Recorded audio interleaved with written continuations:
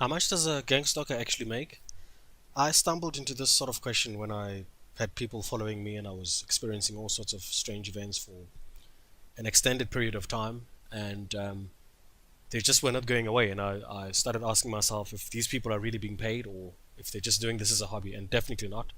So it looks like it's a career option for them. It looks like they're actually getting paid. Um, so there are no official numbers. I mean, it's going to be difficult when you're dealing with anything which is a bit shady and a bit criminal or underground. And the fact that every network might be running a different kind of scheme. So there are different levels of involvement in gang stalking or organized stalking. What I'm interested in is the full-time perps that are doing the full range of attacks, from spreading rumors to lying to sort of the guys who are actually there 24 hours a day, sort of doing the work. Um, then occasionally there are some stalkers that you meet in real life. Every now and then you bump into a couple of people that you know are not your friends, but you know they're following you. And then of course gang stalking has got to drag the general public. Like everybody has got to be involved, all your friends. Um, Everybody has got to be lied to and has got to be sort of told a rumor or some kind of campaign to discredit you, to destroy your image. Um, so again, nobody's going to do all of this work for nothing. A perpetrator isn't going to sit for 24 hours a day, or to be up at 3 o'clock in the morning, or whatever it is that they're doing in the morning, any time of the day. And it looks like they're actually taking shifts. I mean, it's just not physically possible to be working that hard, always seeming to have a lot of energy, and it's definitely for money. Nobody is not going to just work for nothing. Typically, what they do is, this would be almost like their job description. The first thing is that they obviously go around spreading lies and rumors, and this puts imagine going and lying to somebody else's friend and showing them a compromising picture or video footage or anything like that. So you wouldn't it's bad news that you're bringing. You're spreading negativity. You wouldn't do that for nothing. Going, picking up the phone, calling somebody, or going on social media, posting stuff. So that sounds like it's a job. It's a work activity. The other one is hacking into communications, typically phone calls, misdirecting them, or even logging into email accounts, logging into bank statements, um, basically hacking continuously so that you can sabotage the guy's life, and then constantly spying and watching the victim all the time, every second, so that the guy doesn't get a break, the guy doesn't get a minute or a second to breathe. Um, and I think on a more serious note, carrying out voice to skull, just the perpetrators are always there all the time talking, carrying out skits, or I guess it takes time to prepare those skits. It takes time to compile a list of those lies that they tell you, and then, I mean, ultimately they're doing damage, and they damaging different parts of the body, and they're doing a crime. So nobody's going to do all of this work, which is not good, which is not above the floor, which is not, you're trading your integrity for money, ultimately. So there's got to be a good price that you're going to be prepared to accept as a perpetrator. So how much is it? So I've made a couple of assumptions. I mean, again, there's no real figures, there's no sort of definitive amount.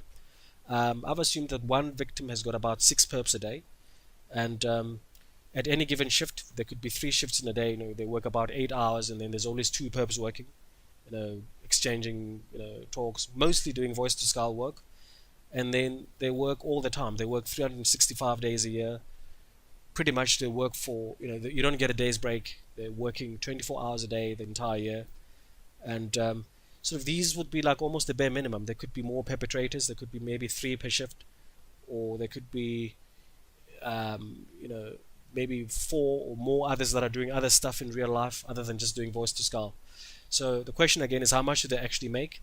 Um, I mean, we start off with the sort of most bare minimum, which is $1 per hour that you would want to earn, which means you're going to be making 8 hours per day if you're working an 8-hour shift, and in a year you're going to be making just about $240. And so is this going to be enough? I mean, it's just about $3,000 per year. It's you're doing this trouble, you're going through a lot of trouble as a perpetrator, and would this amount be enough? And the answer is probably no. It's more like $5 would be the minimum, and then if you're earning $5 an hour, you're probably making a good $1,200 per month, um, which is a bit of a step up, but it's still not enough. It's still you're ultimately killing a human being. You're ultimately destroying somebody else's life. So for $5, it's assassination. I mean, you're like a slow assassination or a slow kill campaign, which you're probably not gonna do it for like $5 an hour. Maybe on average about $10 an hour. I mean, perpetrators are earning different amounts. Um, so a day it works out to about $80 an hour, and then per month it comes to about $2,400, which is almost like a working job now, which is almost like a decent, well-respected job. So I mean, just to go through the ranges again, if they're earning about a dollar an hour, it's too little. If they're making about $5 an hour, that would be for like a very, very desperate person who's got nothing else and is willing to practically sell their soul to the devil for like the cheapest amount. It's still 1,200 rands per month. But a realistic minimum, we're going to stick with about $10 an hour. Um, in practice, I mean, the perpetrators almost like, they're changing hours. I don't think they work 8-hour shifts strictly. So maybe some of them, it might be 12 hours, or some of them might be 6 hours with more shifts. And also perpetrators come and go. Maybe some of them might only try this thing out for a month or a week and then go, no, I don't feel comfortable with this sort of thing. They lose interest maybe after 6 months. But the point is that the system, as long as there's money, as long as you can pay somebody, an amount that they're prepared to risk, there's never ever going to be a shortage of perpetrators to carry out their attacks. So if we take all costs into consideration, besides just paying these guys, it comes down to how much does the network or whoever is paying these perpetrators, how much is he actually paying per annum, per year, how much does it actually cost him to run the entire campaign. So we got to stick with the average of about $10 an hour, which is a reasonable amount, taking into consideration that some perps might earn more than others. Maybe it might be like others earn double and others sort of earn half.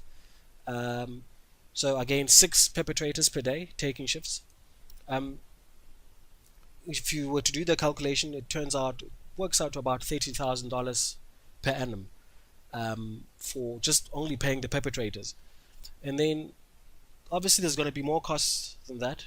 These guys have got to make phone calls. They've got to be on the internet researching. They've got to be stalking the guy. If the victim is traveling, they've got to actually follow him around.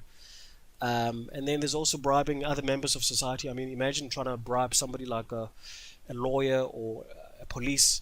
So you've got to pay a little bit extra. So you assume, let's stick with an average of about $1,000 per month just to carry out the bribes. So in a year, it's going to be about $12,000 for all the other extra costs. So per victim, you end up spending roughly $42,000 just to stalk one victim. Okay.